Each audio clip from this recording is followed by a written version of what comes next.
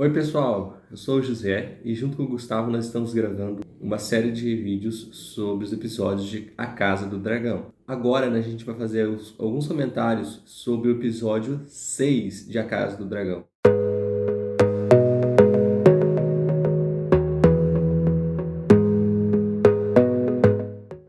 No episódio 6, gente, a gente já mudou de fase na série, né? Já passaram aí 10 anos e a Rhaenyra já envelheceu, e a Alicent já envelheceram, mudaram suas posturas.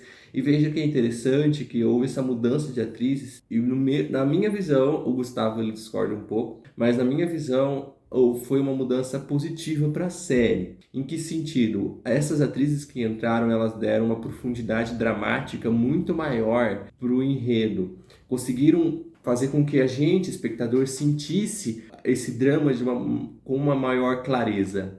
As atrizes são maravilhosas e com isso, para mim, a atuação delas fez com que houvesse um resgate assim, maior da possibilidade de sucesso para a série, assim. Então, para mim foi muito pertinente essa mudança de fase. As novas atrizes, elas conseguiram fazer com que houvesse ali uma maior por parte do público esse aprofundamento dessa percepção desse quadro que está se desenhando em Westeros. Ali a gente percebe alguns desenvolvimentos que são interessantes de a gente pontuar, que vão repercutir ao longo do tempo.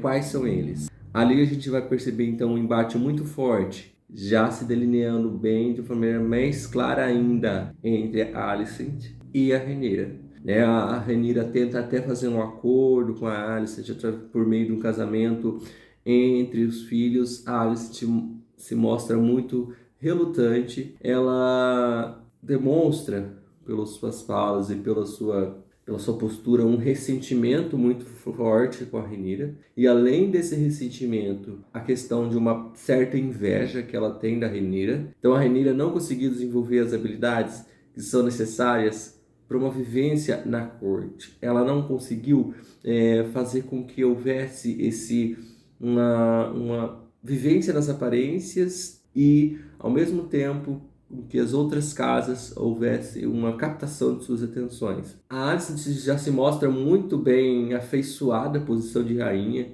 e ela já se mostra assim com umas atitudes muito fortes, sem medo de sofrer consequências por parte do rei.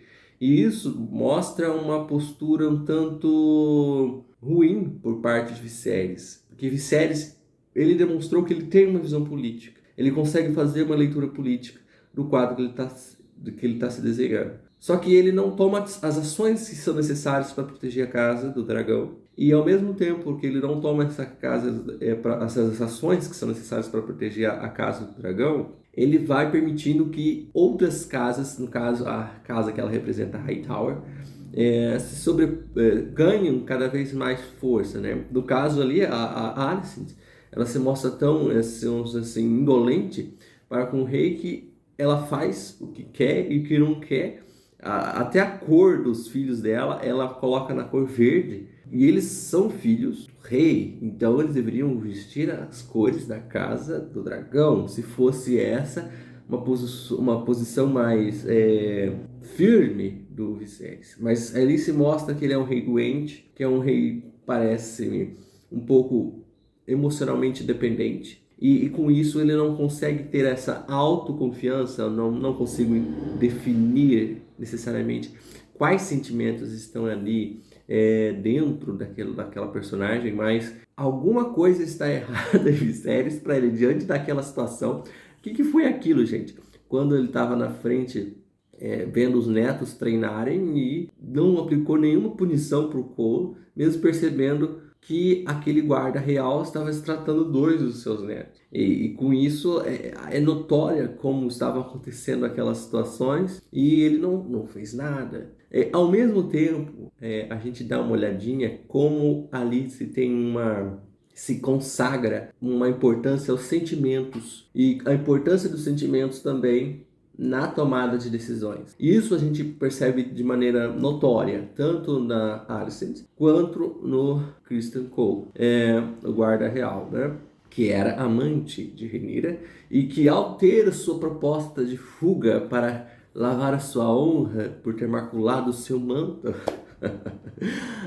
ele, ao ter essa proposta de fuga rejeitada, ele se vira contra Rhaenyra e se torna seu inimigo, né? E com isso, e esse se tornar inimigo mostra a fala que ele teve foi explicitamente uma demonstração da sua mágoa, ressentimento e de que ele ainda a ama e mais ele quer transformar esse amor em ódio. E porque ele sofreu essa rejeição. E esses sentimentos, eles vão movendo e movendo as ambições das pessoas que estão ali. E aí que a gente entra um ponto importante que me fez refletir, né? E que eu acho que é interessante a gente pegar esses diferentes momentos em que acontecem, esses diferentes momentos que acontecem em séries, em livros e que ajuda a gente a pegar alguns pensamentos. Então a gente percebe que a gente pode também perceber se esses sentimentos nos movem nas nossas tomadas de decisões. E se os sentimentos nos movem nas nossas tomadas de decisões, quais sentimentos estão nos movendo? As minhas decisões, elas são plenamente racionais ou elas não são plenamente racionais? E em que medida elas são racionais, não são racionais? Elas guardam uma grande influência dos sentimentos. Ao longo do tempo eu tenho me perguntado isso e eu tenho percebido que os seres humanos, eles são seres muito voláteis, né? Eu mesmo sou um ser muito volátil. Então, ao mesmo tempo que eu busco decidir por questões racionais, há aí também influências de sentimentos, há influências de hábitos, de cultura, na cultura na qual eu estou inserido. E dentro dessa cultura eu também posso fazer um exercício racional para perceber quais são esses valores, quais são esses hábitos e quais são os meus sentimentos. Só que a forma como eu vou estar consciente das influências desses sentimentos ou desses hábitos na minha ação vai depender muito de um exercício reflexivo, né? E a forma como eu consigo controlar isso precisa, assim, de um tempo de maturação. Então, no meu sentir, eu acho que os sentimentos, a racionalidade e os hábitos, a cultura na qual a gente se insere, elas formam uma amálgama que a gente não consegue separar muito bem e isso influencia a nossa tomada de decisões, né? E é muito, assim, difícil nós alterarmos a forma pela qual alguém ela vai tomando as suas decisões sem que ela mesma se perceba, sem que ela mesma realize um exercício de autorreflexão. Esse autorreflexão é redundante, né? Mas deixa quieto. Deixa assim, então, né? Mas então, sem que ela faça esse exercício, porque se ela não percebe os valores que a guia, se ela não percebe os sentimentos que a move e se considera que esses sentimentos são pertinentes, ela não vai conseguir fazer um juízo de valoração quanto a esses sentimentos, se esses sentimentos são pertinentes ou não pertinentes, ou se, assim, esses sentimentos vão levar a um caminho bom ou um caminho mau. O que é o caminho bom e o caminho mau? No meu entender, o caminho bom é um caminho em que todas as pessoas estejam bem, em que todas as pessoas estejam seguras, em que haja ali uma proteção a todos, sem que haja mal a ninguém. Esse é o meu caminho ideal do bom. E o mal é o caminho em que alguém sofra, alguém sinta algo ruim, no sentido de sofrer uma lesão, uma agressão ao seu corpo, ao seu físico, à sua existência. Então esse é o caminho do mal, tá bem?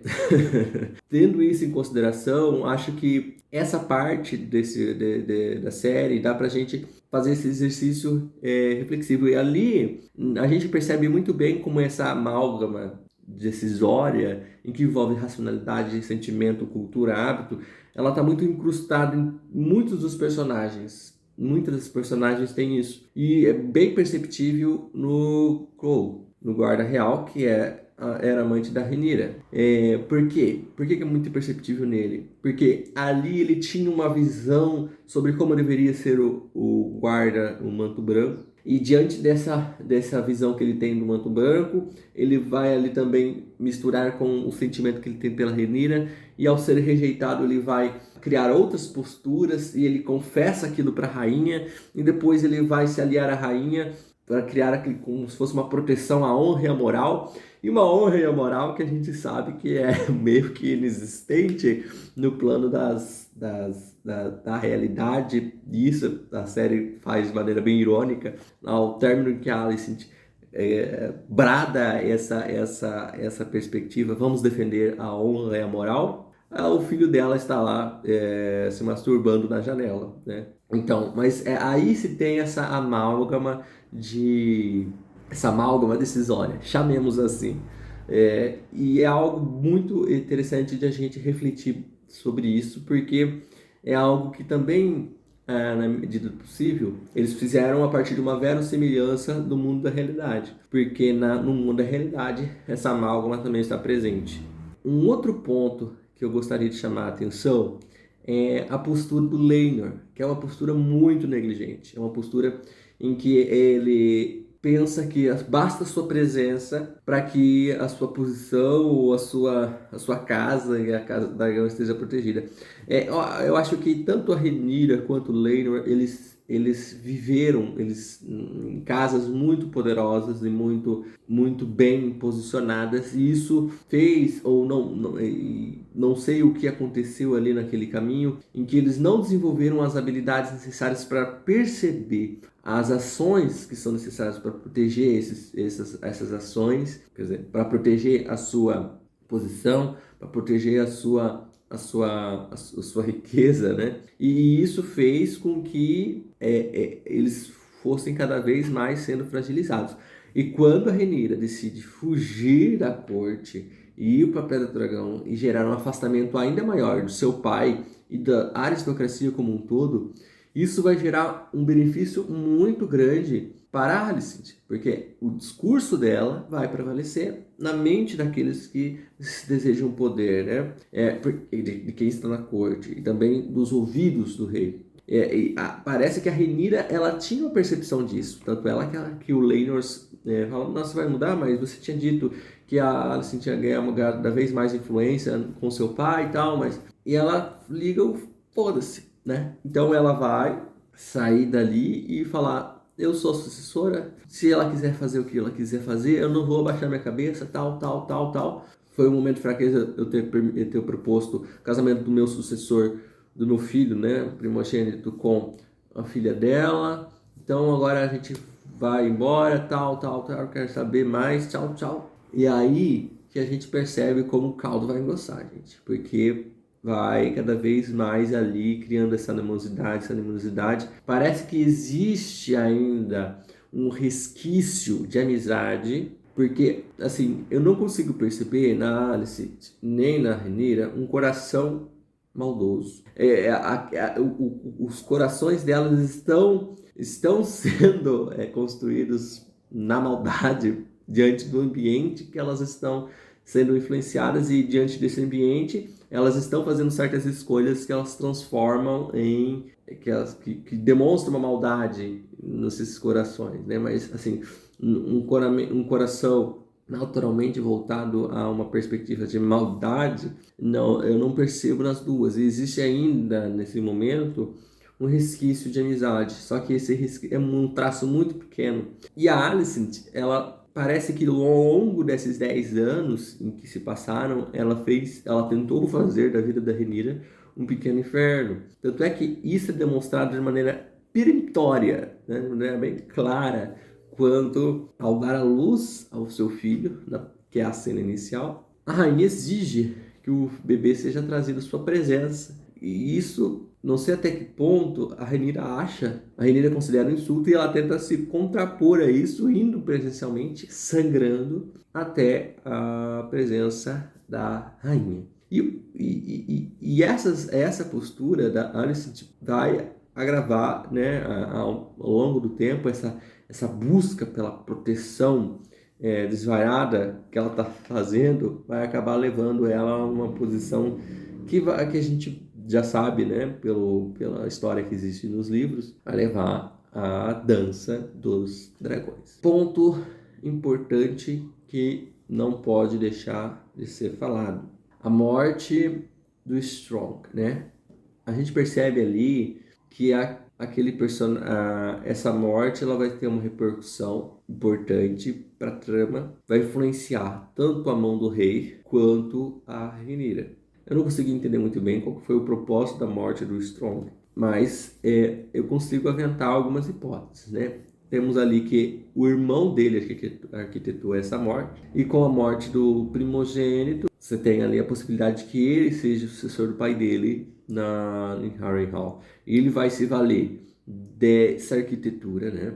Para que, ao mesmo tempo em que ele é favorecido pela morte do irmão, ele possa utilizar-se disso para cobrar favores de Alicent. Então ele vai falar que Alicent, eu fiz um favor a você, uma pequena vingança de Rhaenyra, então eu estou nas suas graças, espero que eu receba por isso no futuro. E ele faz isso de maneira bem cruel, né? Contrata os assassinos lá, pega os prisioneiros que estavam sentenciados à morte, tira a língua para eles não falar para ninguém quem que mandou, e manda eles para serem os assassinos do irmão em Harrenhal. Ali a gente percebe que esse personagem ele tem potencial para se mostrar cada vez mais perigoso na forma como que ele vai agir e também na influência que ele vai ter nas atitudes da rainha. Então ali a gente está percebendo como está se desenhando uma Alicent cada vez mais serpente. A tendência da série é, como a gente já sabe, é cada vez mais essa animosidade crescer, crescer, crescer, até o ponto que vai estourar a Guerra Civil. Então foram esses alguns comentários sobre o 6º episódio de A Casa do Dragão. Creio que eles já definiram que vão renovar a série, né? Se eles continuarem nessa pegada, eu acho que vai dar vai dar um caldo bom para a série. Eu acho que eles têm que aumentar cada vez mais a dramaticidade. Eu acho que se eles investirem nesse ponto de aprofundamento do drama, eles vão conseguir dar uma maior qualidade como o enredo está se desenvolvendo. Eu ainda tenho esperança de que alguma parte do Fantástico, além dos dragões, além dos dragões, surja, né? Porque uma das coisas que me atrai bastante nesse universo de Gelo e Fogo.